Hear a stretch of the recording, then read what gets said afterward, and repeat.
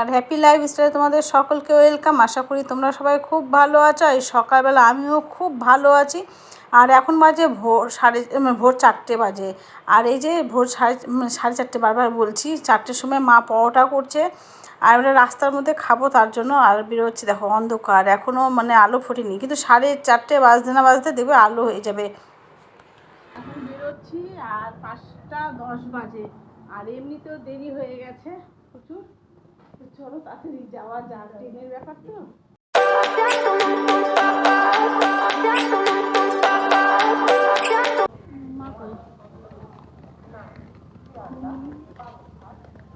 চলো চলো চলো, 2 নম্বরে এদিকে চলে যাবি, এই দিক থেকে। বসে আছি এখানে মালদা স্টেশনে। তো গাড়ি ছাড়ার কথা তোমার 6টা 15-তে, তো এখনও পর্যন্ত 6টা 15। তো এখনও পর্যন্ত ছাড়িনি। একটু বসে, কত আর বসে থাকবো, এমনি বসে থাকতে হবে, লম্বা চড়া, তার জন্য উঠে এলাম। ফাঁকা পুরোটা ট্রেন। আর এই তো এখন পার হচ্ছি ফারাক্কার গঙ্গা দিয়ে। এই যখন ট্রেন দিয়ে যাওয়া আসা হয় তখনই একমাত্র গঙ্গাটা দর্শন করা হয়। আর যেগুলো গেট খোলা আছে দেখো কি হালে মানে জল এসে, আর বাদ বাকি তো সবগুলোতে গেট লাগানো। আর বর্ষা হলে তো এর অবস্থা তো আরও উতাল পাতাল। আমরা পৌঁছে গেছি নবদ্বীপে, নবদ্বীপ ধাম। এখন শুধু অপেক্ষা হচ্ছে আমার বড় মেয়ের জন্য, ওর এখন ট্রেনটা একটু লেট। এই তো মেয়ের জন্য অপেক্ষা করছি, চলে আসবে আর 10 মিনিটের মধ্যে। আমাদের খাওয়া দাওয়া কমপ্লিট হয়ে গেছে, শুধু ওর আসার অপেক্ষা। আর যা তাতানো রোদ যে বলাই যাচ্ছে না।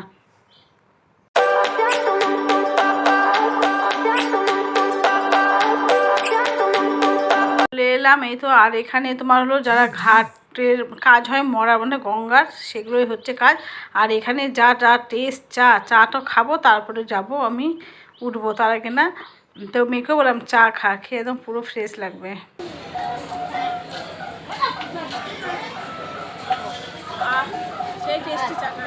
এই তো মায়াপুরের ঘাটে এখন, মানে নবদ্বীপের ঘাটে মায়াপুরে যাচ্ছি। এটা আমি যখন আসি আমরা পুরো ফ্যামিলি, যখন আমার মেয়ে অনেক ছোট ছিল, তোমার কত বছর বলতে পারছি না, কিন্তু অনেক দিন পরই এলাম। আর বেশ ভালো লাগছে, কি সুন্দর গঙ্গার মানে হাওয়াটা। আর এখন নৌকোটা কমেই গেছে, লঞ্চটাই বেশি। তো লঞ্চে উঠলাম, লঞ্চে কি ছায়া টায়া আছে, তো বেশ ভালো লাগছে। আর ফুরফুরে টাইপের একটু হাওয়া হচ্ছে তোমার হলো জলে। আর লঞ্চে তো টাইম লাগে না যেতে বেশিক্ষণ, তো পৌঁছে যাব, উঠার নামা। পৌঁছে গেলাম মায়াপুরে। আর কাকে বলে রোদ, দেখো আমি ছাতা নিয়ে এসেছি, রোদ অনেক, তার জন্য। আমার মেয়েরা তো কেউ নেবে না ছাতা, সানগ্লাস ছাতা পরেও মানে হচ্ছে না। তো আমরা থাকবো এইখানে, এই ভবনে থাকবো। তো আমাদের সব কিছুই করা আছে, এখন শুধু ঢুকবো। বেশ চারিদিকটা তো বললাম না, এর আগে যখন এসেছিলাম তাও এখানেই ছিলাম, তো দেখি একই রকমের, কোনো মানে পরিবর্তন হয়নি, মানে যেমন ছিল ওই রকমই কালার, বেশ ভালো লাগছে। তো সবাই তখন দীপকও এসেছিলো, আরও আমার দেওর, আমার বরের বন্ধুরা সবাই মিলে এসেছিলো। সবাই মিলে আসার আনন্দটাই আলাদা। আমাদের রুম, একটা বেড, দুটো বেড আছে। আর কালকে পার হয়ে যাব একদিনের জন্য, এসি রুম মানে ছিল না, কালকে ফাঁকা হবে, তার জন্য কাল। এই যে আমাদের রুম, আর এই আমাদের বাথরুম, সবই পরিষ্কার।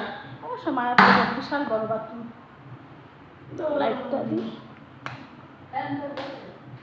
ফ্যান দেবো, তাহলে তো ভালো, দোতলার মধ্যে। তো দাও ওখান থেকে সুইচ দাও। আর এটা বাও, বাইরের নজারা।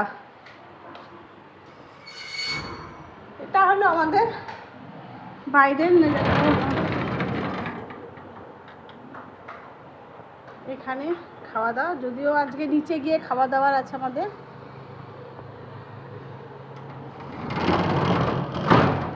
সুন্দর সুন্দর, কেমন লাগছে মা? আমার মা ঢুকছে না, ঢুকছে, তিলক সব পরে নিয়েছে। তো চলো পুরো একদম ফ্রেশ ট্রেশ হই, তারপরে আবার তোমাদের সঙ্গে দেখা হবে। এখন স্নান করে তোমার খেতে যাচ্ছি নিচে, আগে থেকে টিকিট কাটা হয়নি, তো খেতে যাব। তো চলো সবাই মিলে বেরোচ্ছি খেতে। আর এই যে খাবার, এখানেও লাইন, বেস সিস্টেমগুলো খুব সুন্দর, মানে লাইন বই কুপনটা দিয়ে দিচ্ছে, যার যখন লাইন হচ্ছে সে তখনই যাচ্ছে। আর এখানে দিচ্ছে জুতোরও লাইন রয়েছে, সব জুতোগুলো। আর ভেতরে না জুতো পরে ঢুকতে দেয় না খাবারের ওখানে।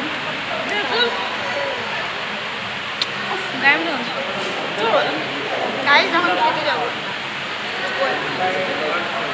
লাঞ্চ, ওয়েটিংয়ে আছি আমরা এখন ওয়েটিংয়ে আছি। প্রচুর বড় লাইন, এখন আমাদের চান্স আসেনি, দেখা যাক কতক্ষণে পাই। তো আমাদের দুপুরের লাঞ্চ তো না মানুষের জামাই সেবা হচ্ছে, অনেক খাবার। আর এটা হলো 150 টাকা থালি দিনের বেলা, আর রাত্রেবেলা 100 টাকা। তো 150 টাকা হলেও খুব সুন্দর রান্নাবাড়ি। তো আমার তো ভালো লেগেছে, খুবই ভালো লেগেছে। কিন্তু মিস করছি কী বলতো, যে ঢালা খাবারগুলো দেয়, চা এর আগে ছিল যেমন ঢালা খাবার দিত, নিচে চাকা নিয়ে ঘোরা। সত্যি কথা মায়াপুরে ওটা যদি না খায় তো অনেক কিছুই মিস করা। তো এখন তো সিস্টেম এখন চেঞ্জ হয়ে গেছে অনেক, ওটা এখন রাত্রেবেলা হয় না, ওই ঢালা খাবার দিনের বেলায় হয়। তো ওটা 9টার মধ্যে, আর আমাদের ঢুকতে টাইম হয়ে গেছে বেশি। আমাদের খাওয়া দাওয়া কমপ্লিট হয়ে গেছে, এখন রুমে যাবো, একটু রেস্ট নেবো, তারপরে বেরোবো। তো চলো এই ভিডিওটি এ পর্যন্ত, আবার নতুন ব্লগ দেখবো, ততক্ষণের জন্য বাই, টাটা।